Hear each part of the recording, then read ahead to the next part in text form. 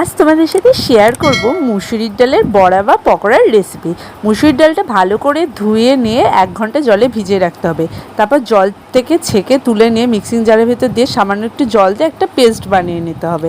তারপর সেই পেস্টটা একটা বাটির ভিতর ঢেলে নিয়ে কুচিয়ে রাখা পেঁয়াজ, রসুন, লঙ্কার গুঁড়ো, সামান্য একটু নুন, চিনি দিয়ে ভালো করে মেখে নিতে হবে। কড়াইয়ে তেল গরম করে দিয়ে ছোট্ট ছোট্ট করে বড়ার আকারে দিয়ে এগুলো কিন্তু এপিট ওপিট করে ভেজে নিতে হবে। মুসুরির ডালের এই পকোড়াতে কিন্তু বেশি পেঁয়াজ দেওয়া যাবে না, অল্প পেঁয়াজ দিলেই কিন্তু এটা ভালো লাগবে, টেস্ট লাগবে খেতে। এপিট ওপিট ভালো করে উল্টে পাল্টে লাল লাল করে ভেজে নিয়ে কিন্তু তুলে নিলেই রেডি গরম গরম বড়া বা মুসুরির ডালের পকোড়া।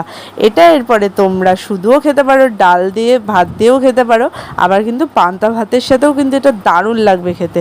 অবশ্যই বাড়িতে ট্রাই করো একবার।